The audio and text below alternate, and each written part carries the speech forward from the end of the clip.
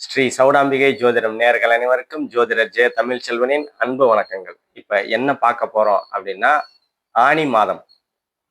ஆனி மாதத்திற்கு உண்டான பொது பலன்களை நம்ம பார்க்க போறோம். ஆனி மாதம் அப்படின்னா சூரியன் சூரியன் வந்து மிதுன ராசி, அதாவது புதனோட மிதுன ராசிக்கு வர்றதுதான் ஆனி மாதம் அப்படின்னு நம்ம சொல்றோம். இப்ப என்னென்ன கிரக நிலைகள், இந்த மாதத்திற்கு உண்டான கிரக நிலைகள் என்னென்ன கிரகம் எங்கெங்க இருக்குதுன்னு அப்படின்னு மேலோட்டமா பார்ப்போம். சூரியன் வந்து மிதுன ராசியில சூரியன் இருப்பாரு. புதன் வந்து மிதுன ராசியில ஒரு 7 நாள் இருப்பாரு. தன்னோட சொந்த ராசியான மிதுன ராசியில புதன் ஒரு 7 நாள் இருப்பாரு. அதே மாதிரி குரு பகவான் இரண்டாவது, அதாவது குரு பகவான் கடகத்துல, சூரியன்ல இருந்து 2வது வீடான கடகத்துல உச்சமடைவார். குரு உச்சமடைவது நல்ல விசேஷம். ஒரு 12 ஆண்டுகளுக்கு ஒரு முறை நடக்கக்கூடிய நிகழ்வு குரு உச்சமடைகிறாரு. அதே மாதிரி புதன் 23 நாள் குருவோட இணைவார் புதன். அதே மாதிரி சுக்கிரன் வந்து ஒரு 19 நாள் குரு புதன் சுக்கிரன் இணைவு கடகத்துல இருக்கும். அதுக்கப்புறம் கேது சிம்மத்துல இருப்பாரு. கேது சிம்மத்துல இருக்கிற கேது கூட சுக்கிரன் ஒரு 11 நாள் வந்து சுக்கிரன் இணைவாரு. கேது சுக்கிரன் இணைவு சிம்மத்துல இருக்கும். அதே மாதிரி ராகு வந்து கும்ப வீடு, சனியோட கும்ப வீடு, ஸ்திர வீடு, கும்ப வீட்டுல ராகு பகவான் இருப்பாரு. அதே மாதிரி சனி பகவான் வந்து மீன வீட்டுல இருப்பாரு. குருவோட மீன வீட்டுல இருப்பாரு. செவ்வாய் வந்து முதல் 4 நாட்கள், இந்த ஆனி மாதத்துக்கு முதல் 4 நாள் மட்டும்தான் செவ்வாய் வந்து தன்னோட சொந்த வீடான மேச ராசியில இருப்பார். அதுக்கு பிற்பாடு 26 நாட்கள் சுக்கிரனோட ரிஷப ராசிக்கு செவ்வாய் போயிடுவாரு. சனியோட பார்வையிலையும் இருப்பார். இப்ப சனியோட பார்வை எதுல விழுகுது அப்படின்னா, ரிஷபம், கன்னி, தனுசு, இதுல எல்லாம் சனியோட 3, 7, 10ஆம் பார்வை விழுகுது. அதே மாதிரி குருவோட பார்வை வந்து கடகத்துல இருக்கிற குரு கடகத்தையும் சுபத்துவப்படுத்திட்டு தன்னோட நண்பர் ராசியான விருச்சகத்தை 5ஆம் பார்வையா பார்ப்பாரு. 7ஆம் பார்வையா மகர ராசியை பார்ப்பாரு.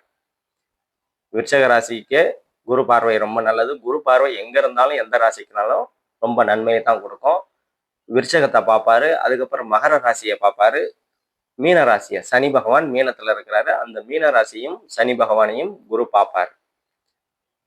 இதெல்லாம் தான் இந்த மாசத்தோட கிரக நிகழ்வுகள். இப்ப ஒவ்வொரு ராசிக்கும் உண்டான பொது பலன்களை பார்ப்போம். நம்ம சேனலை லைக் பண்ணுங்க, சப்ஸ்கிரைப் பண்ணுங்க, ஷேர் பண்ணுங்க. அது மட்டும் இல்லாம எல்லா சமூகத்தினருக்கும் திருமண வரன்கள் இப்ப வந்து நம்ம புதுசா வந்து ஆரம்பிச்சிருக்கோம். நிறைய ஜாதகங்கள் நம்ம கிட்டையும் இருக்குது.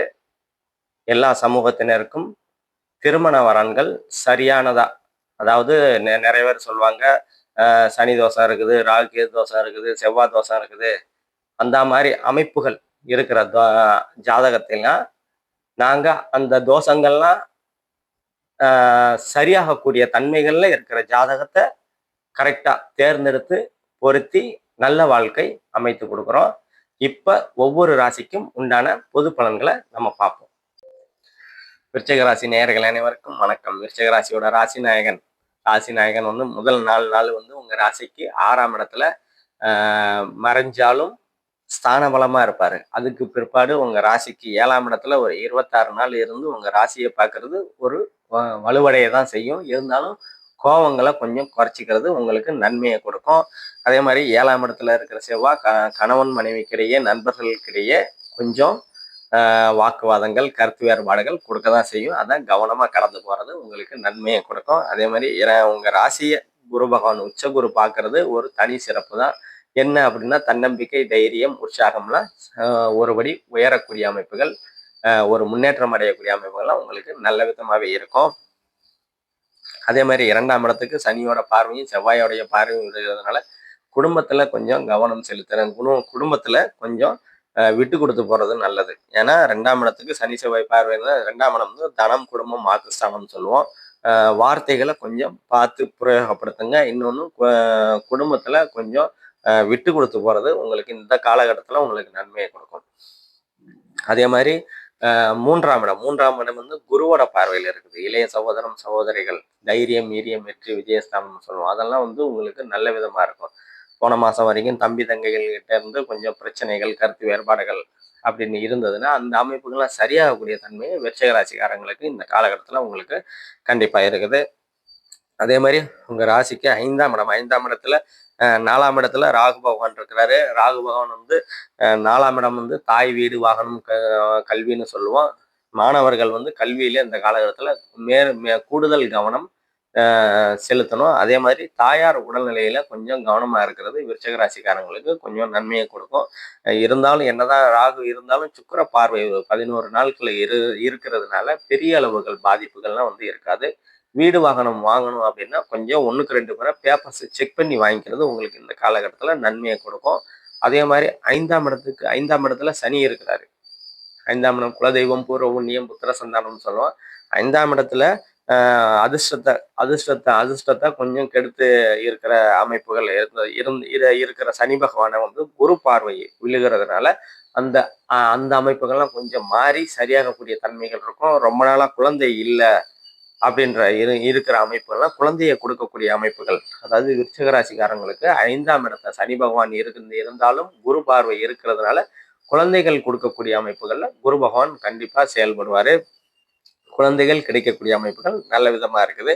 அதே மாதிரி உங்களோட 9ஆம் இடம் பாக்கியஸ்தானம், தந்தை ஸ்தானம் சொல்லுவோம். அதுல வந்து 3 சுபர்கள் வந்து குரு, சுக்கிர, புதன் இணைவு நடக்கிறதுனால தந்தையால் அனுகூலங்கள், ஆதாயங்கள் நல்லா இருக்கும். தந்தைக்கு ஏதாவது உடல் உபாதைகள், பிரச்சனைகள் இருந்தது அப்படின்னா விருச்சிக ராசிக்காரங்களுக்கெல்லாம் தந்தை சார்ந்த அமைப்புகள் கொஞ்சம் சரியாகக்கூடிய அமைப்புகள் நல்லா இருக்கும். தந்தையோட சொத்து ரொம்ப நாளா கிடைக்கல, கோர்ட்டு கேஸ்ன்னு போய்கிட்டு இருக்குது, இல்லை தந்தையோட சொத்து நமக்கு எப்பதான் வரும் அப்படின்ற அமைப்புகள் இருந்தது அப்படின்னா இந்த தந்தையோட சொத்துக்கள் கிடைக்கக்கூடிய அமைப்புகள்லாம் இந்த காலகட்டத்துல உங்களுக்கு நல்ல விதமாவே இருக்குது.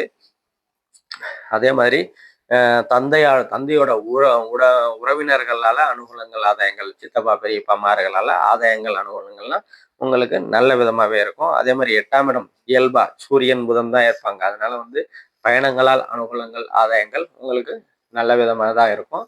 பிறந்த ஊரை விட்டு வெளியே வேலை கிடைச்சு போகக்கூடிய அமைப்புகள் உங்களுக்கு நல்ல விதமாகவே இருக்கும். அதே மாதிரி 10ஆம் இடத்துக்கு கேது இருந்தாலும் தொழில் ஸ்தானத்துல கேது இருந்து கொடுத்து வந்த தடைகளை வந்து சுக்கிர இணைவுனால 11 நாள் சுக்கிரன் இந்த மாசத்துல உங்களோட 10ஆம் இடத்துல இருக்கிறதுனால தொழில்கள்ல ஒரு முன்னேற்றம் அடையக்கூடிய தன்மைகள் நல்லாவே இருக்கும். அதே மாதிரி உங்க ராசிக்கு 11ஆம் இடத்தை சனி பகவான் பார்க்கறதுனால மூத்த சகோதர சகோதரிகள் அமைப்புகள்ல கொஞ்சம் கருத்து வேறுபாடுகள் இருக்கதான் செய்யும். அதை கொஞ்சம் கவனமா கலந்து போறது உங்களுக்கு நன்மையை கொடுக்கும். நம்ம இப்ப பார்த்தது எல்லாமே பொது பலன்கள் தாங்க. துல்லியமான பலன்கள் வேணும் அப்படின்னா உங்களோட பிறந்த நாள், நேரம், இடம் இந்த 3ஐயும் கொடுத்தீங்கன்னா என்ன நடந்தது, என்ன நடந்துகிட்டு இருக்குது, என்ன நடக்க போகுது என்ற 3 அமைப்புகளையும் தெளிவா சொல்லலாங்க தசாபுக்தி அடிப்படையில. இப்ப துல்லியமான பலன்கள் வேணும் அப்படின்னா கீழே உள்ள நம்பரை கான்டாக்ட் பண்ணீங்க. நன்றி, வணக்கம்.